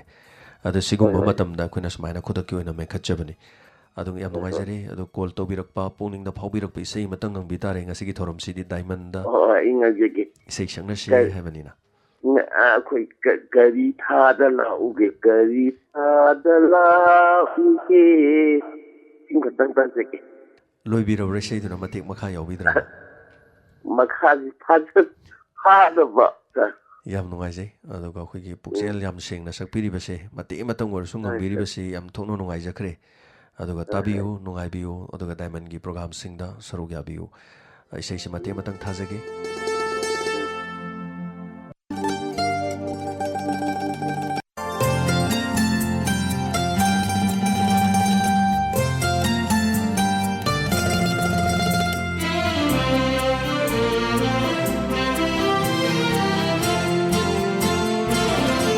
करी थाद लागूगे मेरा थाद लागसिरा भाइरेन थाद लागूरा बुरबा तो नाइजरी Tungil thashu amjadi langbal thashu patmani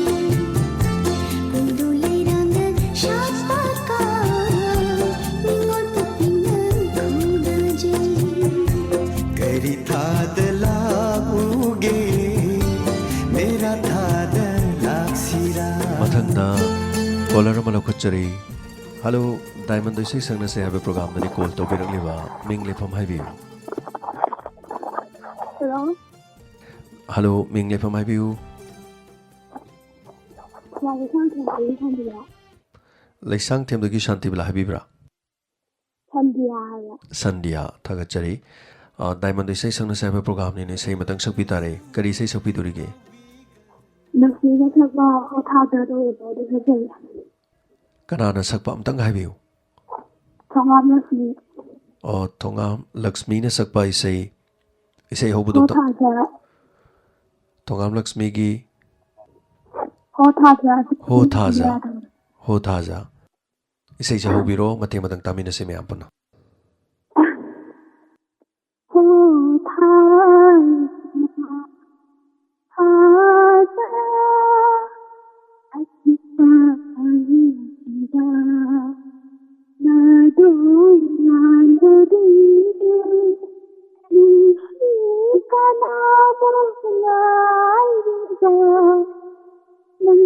kaina maisa nangi para nagi wasa para Ansu kaina maisa nangi para nagi wasa para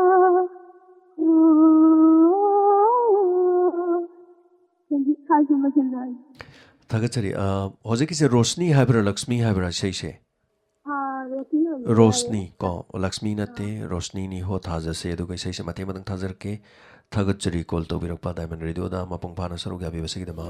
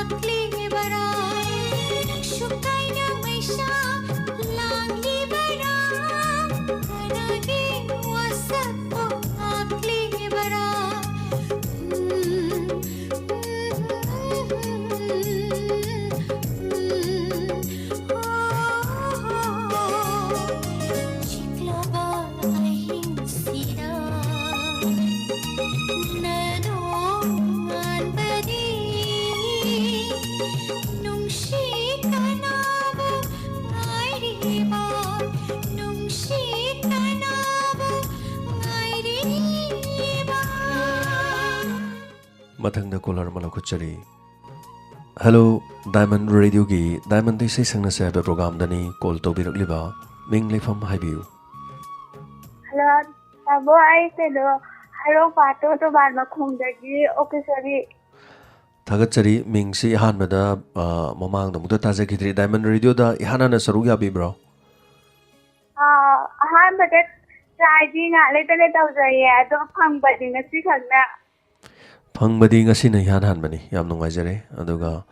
ngasi ihana na phangba su ore aduga diamond radio de sei sangna se haba program da call tawbirakpani na isai ama sakpi ba ji soidre kari sei sakpi durigi tamo kaino arvin sakpa kaino ho nong dam da tawbudo arvin gi sei ho nong dam ba habi sei se mate mangang bi ga haba thagachari thorom se mapung phana na na gi damak ngangbiro mayam punna tamina sei ho nong dam ba hobiro Batang di sapu na hungka badangi hamoy do kadada talda ruhani wakat samplay kabada langit mo sinamu lagpagani kalaba sakaralapna Yalpaba kanagi padasa Oh no Namalo chundaga थागतचरी थोरमसिदा सरुग याबिबा मसिने हेना नुंगाइजरे थमोय सेंगनि sei sakpiba mate madang thajagi sei पुंसी से नंगी निखन्ना हो नुशीगी कंबा इरै नईरा नहलशु खांगलगे सांगलब पुंसी से नंगी निखन्ना नंगी सकतमना ngawhalaba ise ningsingdaba oyu nungsibi nang nagaybu nung damba karino tauri se ingonda nung damba karino mathang na caller mula kuchari diamond radio dai sei sana sai ba program dani call to birakliba ming le from haibi Hongjo papan padungan dei naubi nawi thagachari call to biba masigi thorom masida sarug ya biriba sigi damakta diamond radio di sei sana sai bani na thorom sida call to birabani na kari sei sapi dorige Suma ꯁꯨꯔꯃꯥꯅ ꯁꯛꯄ ꯊꯃꯣꯏ ꯑꯅꯤꯗꯨ ꯁꯛꯇꯣꯏꯅꯤ. ꯁꯨꯔꯃꯥꯅ ꯁꯛꯄ ꯊꯃꯣꯏ ꯑꯅꯤ ꯍꯥꯏꯕ ꯏꯁꯩꯗꯣ ꯍꯧꯕꯤꯔꯣ ꯃꯌꯥꯝ ꯄꯨꯟꯅ ꯇꯥꯃꯤꯟꯅꯁꯤ. ꯍꯧꯔꯒꯦꯀꯣ. ꯊꯃꯣꯏ ꯑꯅꯤ ꯑꯅꯤꯒꯤ ꯄꯨꯟꯁꯤꯟꯅꯤ ꯇꯥꯏꯕꯪ ꯀꯌꯥ ꯀꯅꯥꯁꯨ ꯎꯗꯅ ꯅꯨꯡꯁꯤ ꯋꯥꯔꯤ ꯇꯥꯅ ꯇꯥꯅ ꯅꯪꯒꯤ ꯃꯥꯏꯊꯣꯡ ꯌꯦꯡꯖꯕ 우리 강에 예술이 행복하여 무시가 담을 강들가 시시가 담을 아니는 보는 시와 아니는 요야주와 나보 잘했다 눈들이 강나로 Thank you. 타가짜리 너비 이사이스 마티 마당 타자기 매한 번에 따미네시.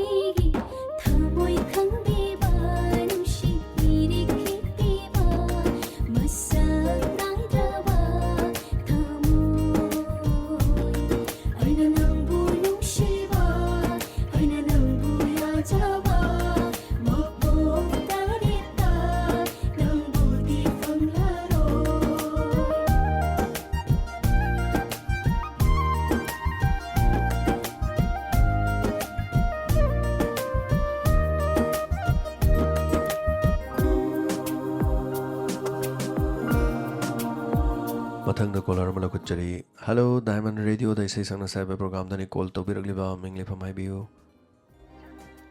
Hello, I Wangan Tumda Thawar Wang Tabdi. थागतचरी कॉल तौबिरपा थरोम मसिद सरुग याबिरिबसिगिदमक डायमंड रेडियो के माइकेदगी करी इसे सकबिदोरिगे थरोम मसिद कॉल तौबिरपनिना.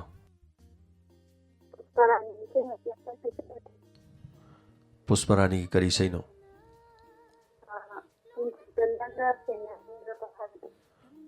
पुंसीदा नंगा थेंगनरमद्रबा कुदोलबिरो सैसिमा मयाम पुन्ना तामिनसी. पुंसीदा नंगा थेंगनरमद्रबा कलम लुसीदा करीनो ओइरम लो ऐसे असुना नंगा दिवा खंगा नौरजी पुंसीदा नंगा थेंगनरमद्रबा कलम लुसी कावगरे मनी साइकल से जरागी थागतचरी इसे से मते मतंग थाजगी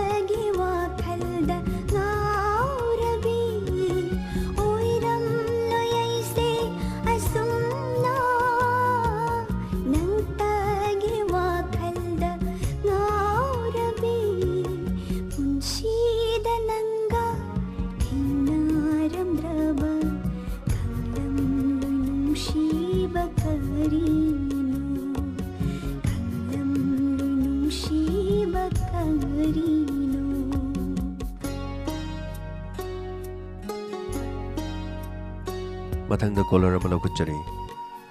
डायमंड रेडियो दा इसे संग से है प्रोग्राम दनी कॉल तौबिरगलिबा मिंगलिफम हाइबियो. सर फोन तौजरिबा इसे गरीदगी नर्मदा गरीदगी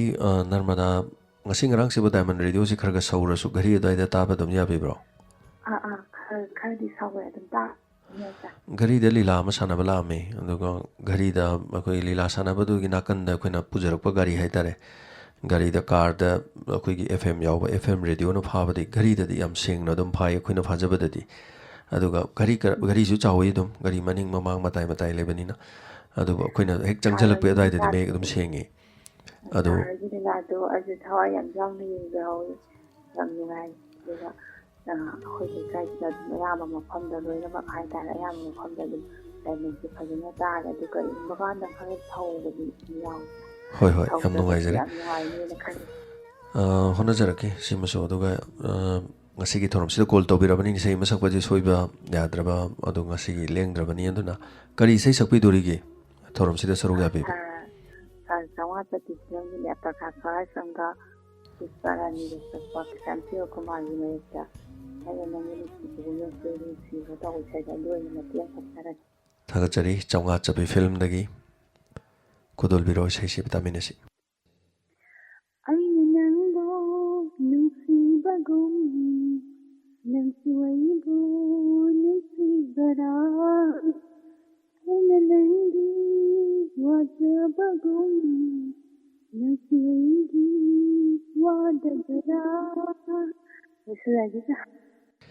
ꯊꯥꯒꯠꯆꯔꯤ ꯅꯔꯃꯗꯥ ꯀꯣꯜ ꯇꯧꯕꯤꯔꯛꯄ ꯏꯁꯩꯁꯤ ꯃꯇꯦꯡ ꯃꯇꯪ ꯊꯥꯖꯒꯦ ꯃꯌꯥꯝ ꯄꯨꯟꯅ ꯇꯥꯃꯤꯟꯅꯁꯤ ꯅꯛꯁꯨꯋꯩꯕꯨ ꯅꯨꯡꯁꯤꯕꯔꯣ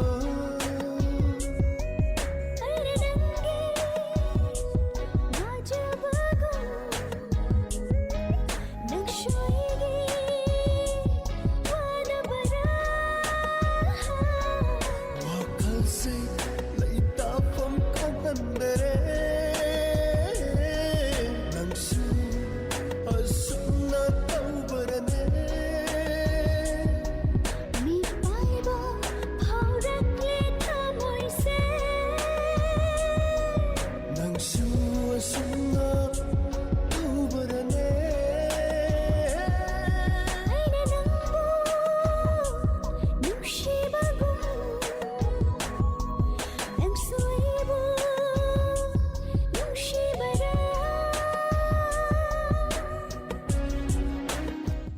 ꯃꯊꯪꯗ ꯀꯣꯂꯔ ꯑꯃꯃꯨꯛ ꯂꯧꯈꯠꯆꯔꯤ ꯗꯥꯏꯃꯟ ꯔꯦꯗꯤꯑꯣꯗ ꯏꯁꯩ ꯁꯛꯅꯁꯦ ꯍꯥꯏꯕ ꯄ꯭ꯔꯣꯒꯥꯝꯅꯤ ꯄ꯭ꯔꯣꯒꯥꯝ ꯑꯁꯤꯗ ꯀꯣꯜ ꯇꯧꯕꯤꯔꯛꯂꯤꯕ ꯃꯤꯡ ꯂꯩꯐꯝ ꯍꯥꯏꯕꯤꯌꯨ ꯗꯥꯏꯃꯟꯗ ꯏꯁꯩ ꯁꯛꯅꯁꯦ ꯍꯥꯏꯕ ꯄ꯭ꯔꯣꯒꯥꯝ ꯑꯁꯤꯗ ꯀꯣꯜ ꯇꯧꯕꯤꯔꯛꯂꯕꯅꯤꯅ ꯏꯁꯩ ꯑꯃ ꯁꯛꯄꯤꯕ ꯍꯥꯏꯁꯦ ꯁꯣꯏꯗ꯭ꯔꯦ ꯀꯔꯤ ꯏꯁꯩ ꯁꯛꯄꯤꯗꯣꯔꯤꯒꯦ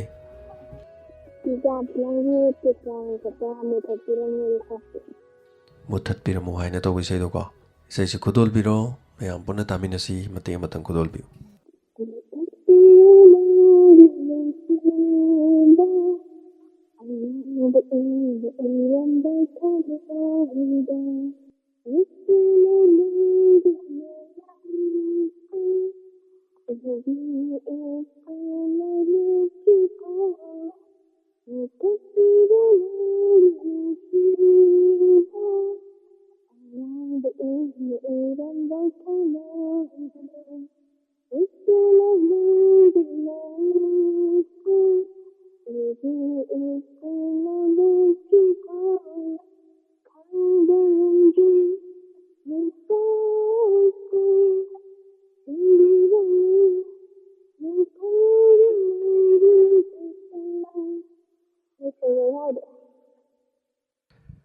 ꯊꯥꯒꯠꯆꯔꯤ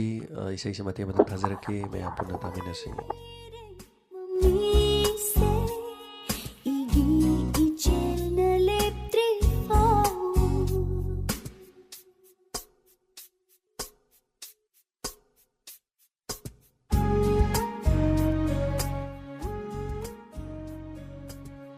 Piranagi nungshiba anang ina irang thamoida yekare mamise igi ichena leptifa khamba ngamre mai chashi shumbiramo mongfangi mairi thakta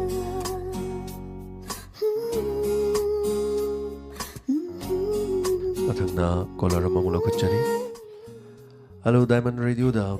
ꯏꯁꯩ ꯁꯛꯅꯁꯦ ꯍꯥꯏꯕ ꯄ꯭ꯔꯣꯒꯥꯝꯗꯅꯤ ꯀꯣꯜ ꯇꯧꯕꯤꯔꯛꯂꯤꯕ ꯃꯤꯡ ꯂꯩꯐꯝ ꯍꯥꯏꯕꯤꯌꯨ ꯄꯣꯛꯄꯁꯤꯡꯗꯒꯤ ꯁꯒꯣꯜꯁꯦꯝ ꯏꯟꯗ꯭ꯔꯀꯨꯃꯥꯔ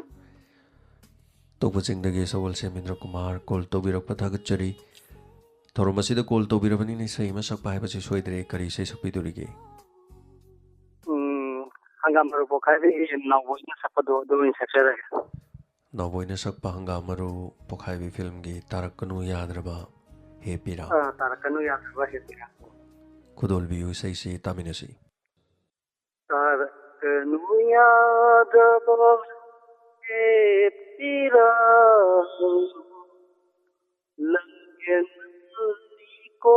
na hakse kalluranu ya draba Hey, wakan suhat mali, siru bagi wajaban pamzaru bagi. Thagachari phajabi sei masak pirame phone su tatkre sei se matia bathajagi हे पीरा लम्हे मली को नाहक से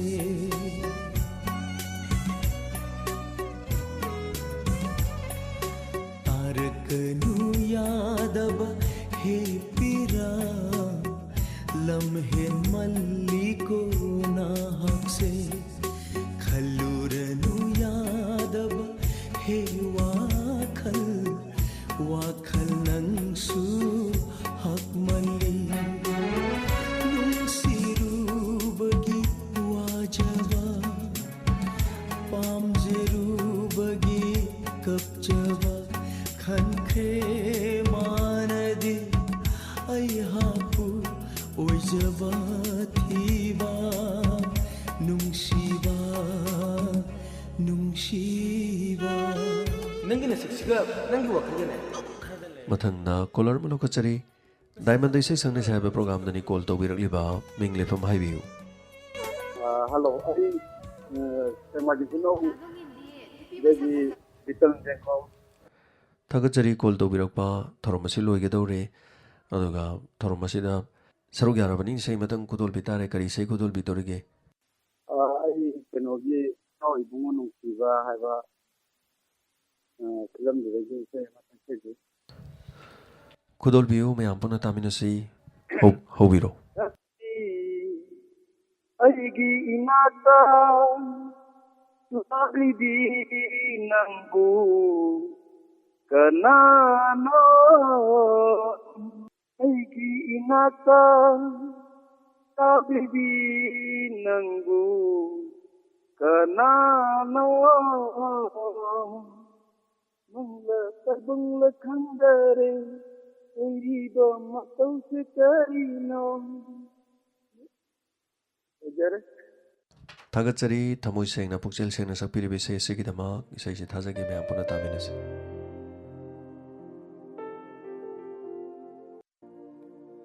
Ngashi aigi inakta laglibi nangbu kanano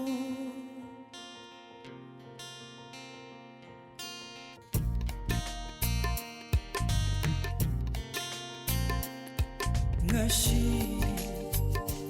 aigi inakta laglibi nangbu kanano mangla taibangla khandare oiriba matau shekarino o mangla taibangla khandare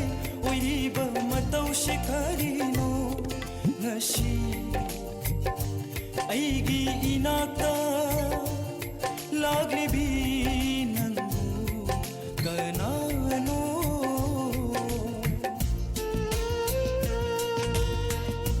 Mathangda caller malokachari hello Diamond Day say sangna sahiba program dani call tawbirakliba minglefam haibiu Tamam nami thagachari call tawbirakpa tharomasida saruk yabiriba sigidamukta Diamond Radio ki mic digi program asida saruk yabirabani nei sei matang kudol bitare kari sei sakpidorige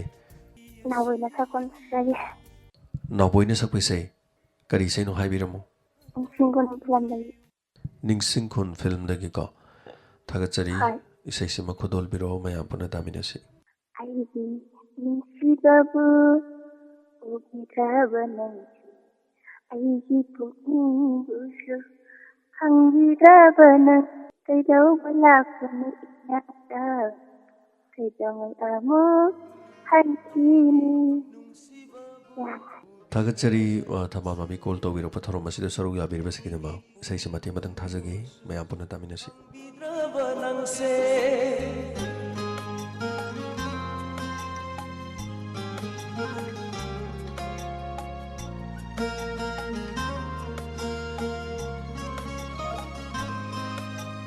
ꯑꯩꯒꯤ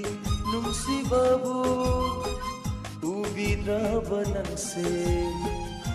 ꯑꯩꯒꯤ ꯄꯨꯛꯅꯤꯡꯕꯨꯁꯨ ꯈꯪꯕꯤꯗ꯭ꯔꯕ ꯅꯪꯁꯦ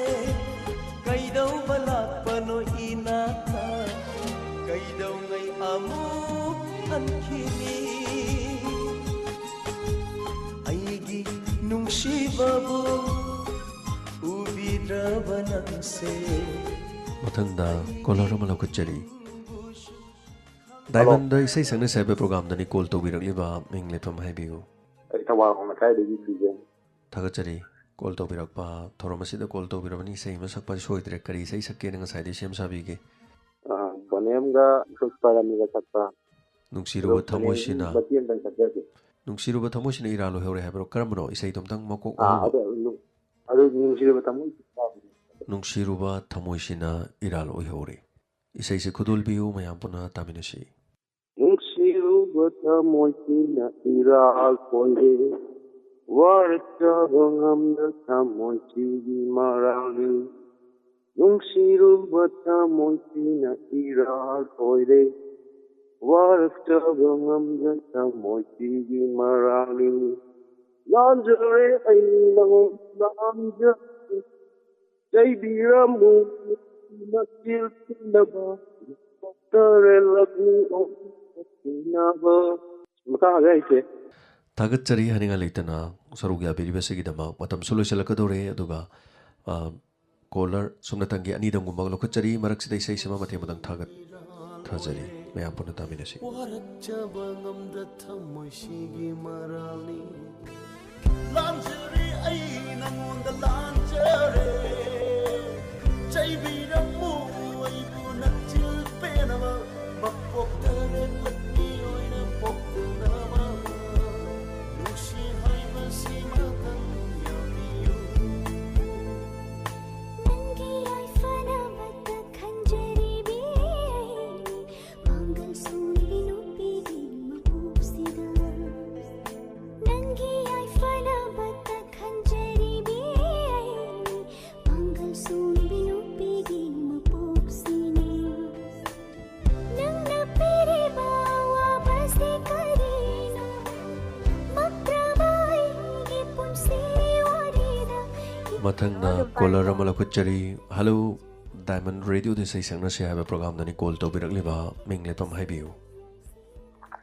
ꯇꯥꯃꯣ ꯑꯩ ꯀꯛꯆꯤꯡꯗꯒꯤ ꯂꯤꯟꯊꯣꯏ ꯀꯛꯆꯤꯡꯗꯒꯤ ꯂꯤꯟꯊꯣꯏ ꯊꯥꯒꯠꯆꯔꯤ ꯀꯔꯤ ꯏꯁꯩ ꯁꯛꯄꯤꯗꯣꯔꯤꯒꯦ ꯉꯁꯤꯁꯦ diamond ꯏꯁꯩ ꯁꯛꯅꯁꯦ ꯍꯥꯏꯕ ꯄ꯭ꯔꯣꯒꯥꯝꯗꯅꯤ ꯀꯣꯜ ꯇꯧꯕꯤꯔꯛꯂꯤꯁꯦ ꯏꯁꯩ ꯑꯃꯗꯤ ꯁꯣꯏꯗꯅ ꯁꯦꯝ ꯁꯥꯕꯤꯔꯝꯂꯅꯤꯅ ꯂꯧꯖꯒꯦ ꯑꯗꯣ ꯀꯔꯤ ꯏꯁꯩ ꯁꯛꯄꯤꯗꯣꯔꯤꯒꯦ ꯁꯅꯥꯒꯤ ꯇꯥꯡꯕꯟ ꯐꯤꯂꯝꯒꯤ ꯑꯆꯤꯛꯄ ꯑꯍꯤꯡꯗ ꯇꯧꯕꯗꯣ ꯑꯗꯨ ꯑꯣꯏꯅ ꯁꯛꯆꯔꯦ ꯁꯅꯥꯒꯤ ꯇꯥꯡꯕꯟ ꯐꯤꯜꯝꯗꯒꯤ ꯑꯆꯤꯛꯄ ꯑꯍꯤꯡꯗ ꯄꯨꯁꯄꯔꯥꯅꯤꯅ ꯁꯛꯄ ꯅꯥꯏꯇꯣꯝ ꯏꯁꯩ ꯌꯥꯝꯅ ꯐꯖꯕ ꯏꯁꯩꯅꯤ ꯈꯨꯗꯣꯜꯕꯤꯌꯨ ꯏꯁꯩꯁꯦ ꯇꯥꯃꯤꯟꯅꯁꯤ ꯃꯌꯥꯝ ꯄꯨꯟꯅ ꯑꯆꯤꯛꯄ ꯑꯍꯤꯡꯒꯤ ꯆꯤꯛꯂꯕ ꯊꯥꯕꯜꯗ ꯑꯆꯤꯛꯄ ꯑꯍꯤꯡꯒꯤ ꯆꯤꯛꯂꯕ ꯊꯥꯕꯜꯗ ꯁꯤꯕ ꯅꯪꯅ ꯀꯔꯤꯒꯤ ꯋꯥꯔꯧꯔꯤ ꯑꯆꯤꯛꯄ ꯑꯍꯤꯡꯒꯤ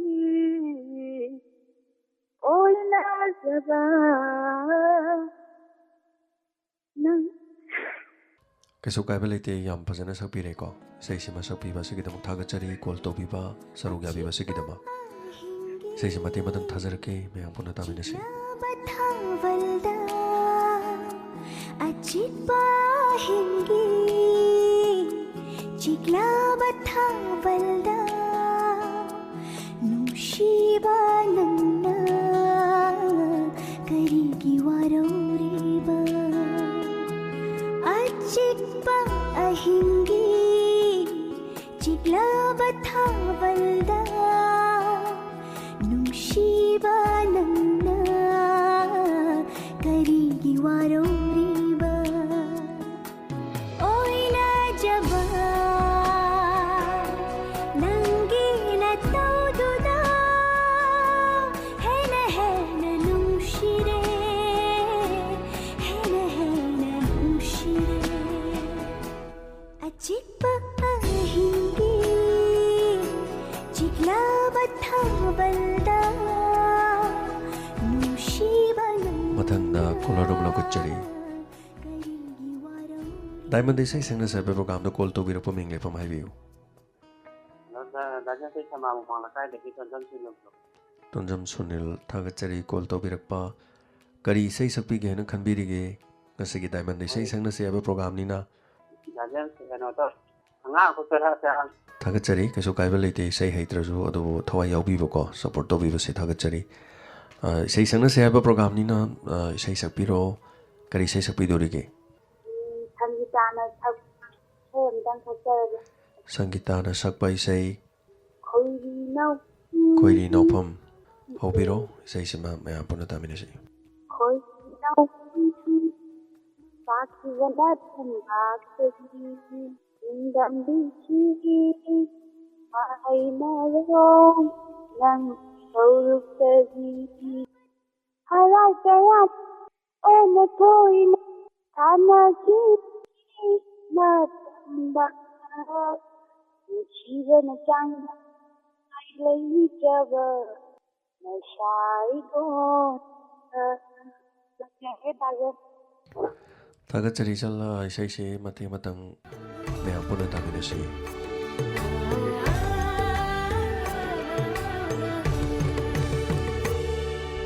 खोइरी नाफम ताखिबना तंबाक्तनी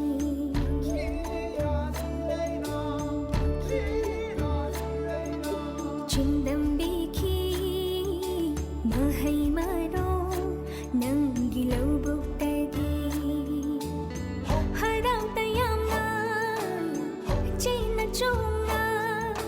सानखी सानखी नसाई गोंदा सानखी सानखी नसाई गोंदा नुशीबद चंदम मीना इलैत्रबा इमागी शुइमा ꯃꯊꯪꯗ ꯉꯁꯤꯒꯤ ꯊꯧꯔꯝ ꯑꯁꯤꯒꯤ ꯑꯔꯣꯏꯕ ꯀꯣꯂꯔꯅꯤ ꯂꯧꯈꯠꯆꯔꯤꯕ ꯑꯁꯤ ꯀꯣꯂꯔꯁꯤꯒꯤ ꯃꯇꯨꯡꯗ ꯑꯇꯣꯞꯄ ꯀꯣꯂꯔ ꯑꯃꯠꯇ ꯂꯧꯈꯠꯆꯔꯔꯣꯏ ꯗꯥꯏꯃꯟꯗ ꯏꯁꯩ ꯁꯛꯅꯁꯤ ꯍꯥꯏꯕ ꯄ꯭ꯔꯣꯒ꯭ꯔꯥꯝ ꯑꯁꯤꯒꯤ ꯑꯔꯣꯏꯕ ꯀꯣꯂꯔ ꯃꯤꯡ ꯂꯩꯐꯝ ꯍꯥꯏꯕꯤꯌꯨ ꯐꯣꯟ ꯇꯧꯖꯔꯤꯕ ꯁꯨꯝꯊꯥꯡ ꯀꯣꯅꯥꯗꯒꯤ ꯇꯧꯖꯔꯤꯕ ꯑꯦꯟ.ꯑꯦꯁ.ꯅꯤ ꯁꯥꯔ ꯊꯥꯒꯠꯆꯔꯤ ꯁꯥꯔ ꯀꯣꯜ ꯇꯧꯕꯤꯔꯛꯄ ꯑꯔꯣꯏꯕ ꯀꯣꯂꯔꯁꯨ ꯑꯣꯏꯔꯦ ꯉꯁꯥꯏ ꯑꯍꯧꯕꯗꯒꯤ ꯇ꯭ꯔꯥꯏ ꯇꯧꯕꯤꯕ꯭ꯔꯥ ꯃꯔꯛꯁꯤꯗ ꯇ꯭ꯔꯥꯏ ꯇꯧꯕꯤꯕ꯭ꯔꯥ ꯑꯍꯧꯕꯗꯒꯤ ꯑꯗꯨꯝ ꯇꯧꯖꯔꯛꯄꯅꯤ ꯊꯥꯒꯠꯆꯔꯤ ꯃꯊꯪ ꯇꯧꯕꯗ ꯑꯔꯣꯏꯕꯗ ꯇꯥꯔꯦ ꯑꯔꯣꯏꯕꯗ ꯇꯥꯔꯦ ꯉꯁꯤꯁꯦ ꯑꯗꯨꯒ ꯃꯈꯥ ꯇꯥꯕ ꯐꯪꯍꯧꯗꯕ ꯀꯌꯥ ꯃꯔꯨꯝꯁꯨ ꯂꯩꯒꯅꯤ ꯑꯗꯨꯕꯨ ꯃꯇꯝꯁꯤꯅ ꯌꯥꯔꯛꯇꯕꯅꯤꯅ ꯑꯩꯈꯣꯏ ꯄꯨꯡ ꯑꯃꯒ ꯃꯤꯅꯤꯠ 35 ꯁꯟꯗꯣꯛꯆꯔꯦ ꯃꯈꯥ ꯇꯥꯕ ꯄꯨꯡꯈꯥꯏ ꯑꯃ ꯑꯩꯈꯣꯏꯒꯤ ꯑꯅꯧꯕ ꯇꯣꯉꯥꯟ ꯇꯣꯉꯥꯟꯕ ꯃꯈꯜ ꯃꯊꯦꯜꯒꯤ ꯏꯁꯩ ꯁꯟꯗꯣꯛꯆꯒꯗꯕꯁꯨ ꯂꯩꯖꯔꯤ ꯑꯗꯨꯒ ꯄ꯭ꯔꯣꯒ꯭ꯔꯥꯝ ꯑꯁꯤꯒꯤ ꯑꯔꯣꯏꯕꯅꯤ ꯀꯔꯤ ꯏꯁꯩ ꯁꯛꯄꯤꯗꯣꯔꯤꯒꯦ ꯀꯨꯟꯖꯖꯥꯔꯤ ꯁꯪꯅ ꯁꯛꯄ ꯑꯩꯒꯤ ꯃꯤꯠꯂꯨꯞ ꯄꯤꯔꯥꯡꯁꯦ ꯂꯥꯏꯗ ꯅꯠꯇꯦ ꯆꯥꯟꯅꯕꯤ ꯍꯥꯏꯕ ꯏꯁꯩ ꯑꯗꯨꯝ ꯁꯛꯆꯒꯦ ꯑꯩꯒꯤ ꯃꯤꯠꯂꯨꯞ ꯄꯤꯔꯥꯡꯁꯦ ꯂꯥꯏꯖ ꯅꯠꯇꯦ ꯆꯥꯟꯅꯕꯤ ꯈꯨꯗꯣꯜꯕꯤꯌꯨ ꯑꯩꯒꯤ ꯃꯤꯠꯂꯨꯞ ꯄꯤꯔꯥꯡꯁꯦ ꯂꯥꯏꯗ ꯅꯠꯇꯦ ꯆꯥꯟꯅꯕꯤ ꯂꯥꯏꯗ ꯅꯠꯇꯦ ꯆꯥꯟꯅꯕꯤ ꯂꯣꯏꯅꯥꯏꯗ꯭ꯔꯕ ꯑꯩꯒꯤ ꯄꯤꯔꯥꯡꯅ ꯍꯣ ꯀꯔꯤꯒꯨꯝꯕꯗ ꯃꯔꯣꯜ ꯊꯣꯛꯂꯝꯂꯕ ꯂꯣꯏꯅꯥꯏꯗ꯭ꯔꯕ ꯑꯩꯒꯤ ꯄꯤꯔꯥꯡꯅ ꯍꯣ ꯀꯔꯤꯒꯨꯝꯕꯗ ꯃꯔꯣꯜ ꯊꯣꯛꯂꯝꯂꯕ ꯑꯩꯒꯤ ꯃꯤꯠꯂꯨꯞ ꯄꯤꯔꯥꯡꯁꯦ ꯂꯥꯏꯗ ꯅꯠꯇꯦ ꯆꯥꯟꯅꯕꯤ ꯂꯥꯏꯗ ꯅꯠꯇꯦ ꯆꯥꯟꯅꯕꯤ ꯁꯥꯔ ꯂꯣꯏꯁꯤꯟꯖꯔꯒꯦ ꯂꯣꯏꯅꯅ ꯉꯁꯤꯒꯤ ꯊꯧꯔꯝ ꯑꯁꯤ ꯃꯇꯥꯡ ꯑꯁꯤꯗ ꯂꯣꯏꯁꯤꯟꯖꯅꯅꯕꯒꯤꯗꯃꯛ ꯇꯥꯕꯤꯔꯤꯕ ख्वाई पुनमक्तगी अयाबद लौजरी मखा ताब कॉलर लौखटजररोय कॉल दि मैमना लाए हौजिकसु अदुगा थोरम सिदी हेना पुंग अनि सांगना पुंग अमा मखाई सांगना संदोखरबदी थोरम असिगी हेना मसक थिरकपसु याय अदुगा मतुंग तारकप थोरम सिंगदा सरुग याबिननबा मखा ताना कॉल तौबिरकलिबा सिंगदा नोलुकचरी डायमंड रेडियो की माइकेदगी ngasai हौबदगी call तौबिरमगनी theorem असिगी मतांगदा अखोइदा feedback पिबिरकपा काउबिगनु अखोइगी number 9077282001 दा फीडबैक पिबिरकपा काउबिगनु संदोकचरिबा थोरम असि यूट्यूब ता सोइदनमके अदोमना येंगबा याननबा ताबा याननबा हाइजबा तारे थोरम असि यूट्यूब ता ताबा याननबा अपलोड तौजगनी सरुग याबिगिबसिंग इंटरेस्ट लेबिबसिंगना अदोमक ताबिबा याननबा होनजगनी लोइनना थोरम असिदा इसै सकनसि हाइबा प्रोग्राम निना इसै सकनबा मतमगे अरोइबदा मियामगी थौगल तौजरिबा डायमंड रेडियो की दमक को चेंजरिबा